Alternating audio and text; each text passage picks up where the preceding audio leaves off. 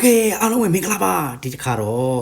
ကျွန်တော်ကိုယ်တိုင်ဖန်တီးထားတဲ့ဝက်တချင်လေးပေါ့နော်ဝက်တချင်တိတ်ထားတာလေးကိုအခုဝက်တချင်ကြော်နီးကိုကြော်ပြပေးတော့ဖြစ်ပါတယ်ဒါကတော့ဝက်သားကိုလက်လက်ဆက်ဆက်တိတ်ထားတာဖြစ်တဲ့အတွက်ဝက်သားလေးတွေရဲပြီးတော့ပေါ့နော်အဲ့လိုမျိုးဖြစ်နေတာပါဒါကတော့ဝက်တချင်ကြော်လေးကိုထည့်ဖို့အတွက်ပင်စိမ့်လေးတွေကိုအခုလိုမျိုးအရွက်လေးတွေကိုတင်ထားတာဖြစ်ပါတယ်ဗျဟုတ်ကဲ့အဲ့ဒါဆိုလို့ရှိရင်ကျွန်တော်တို့ဝက်တချင်ကြော်ဖို့အတွက်အားလုံးကိုပြင်ဆင်လိုက်ရအောင်ဗျာပထမဆုံးကျွန်တော်တို့ထုံးစံအတိုင်းကြက်သွန်ဒီလေးကိုအခုလိုမျိုးပါလှီထားလိုက်မယ်ဗျာကြက်သွန်ဒီလေးကိုပါလှီပြီးရင်တော့ကြက်သွန်ဖြူကိုလည်းဓာပြရိုက်ထားမယ်ဂျင်းကိုလည်းဓာပြရိုက်ပြီးတော့အခုလိုမျိုးနှုတ်ဆင်းထားလိုက်ပါငရုတ်သီးကိုတော့အတောင်လိုက်ထည့်ကြမှာဖြစ်ပါတယ်ဗျာကဲဝက်တချင်ကြောဖို့အတွက်အားလုံးပြင်ဆင်ပြီးဆိုတော့မီးဘူပေါ်ကိုအိုးတယ်လိုက်မယ်ဗျာအိုးတယ်ပြီးဆိုလို့ရှိရင်ကတော့စီထည့်လိုက်မယ်နော်စီပူးလာပြီဆိုလို့ရှိရင်ကတော့အခုလိုမျိုးကြက်သွန်ဖြူဂျင်းတွေကိုထည့်ပြီးတော့မှနနွင်းမုံလေးအနှဲငယ်ထည့်ပြီးတော့ကြော်ပေးလိုက်မယ်ဗျို့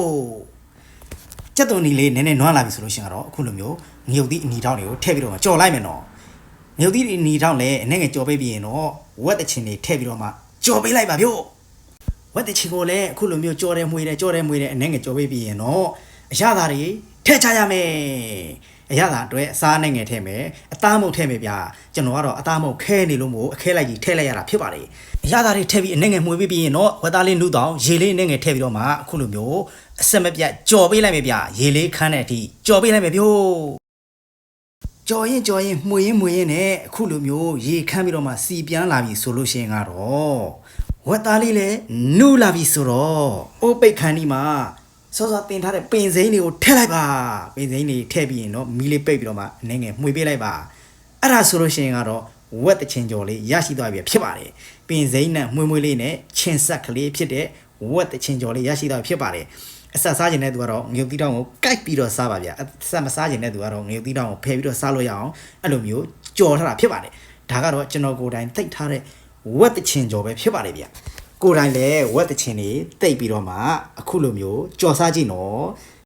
ဝက်သားသုံးထပ်သားကိုလက်ဆက်နဲ့အခုလိုမျိုးအချင်တိတ်လိုက်မယ်ဆိုလို့ရှိရင်ဝက်သားလေးရဲပြီးတော့မှ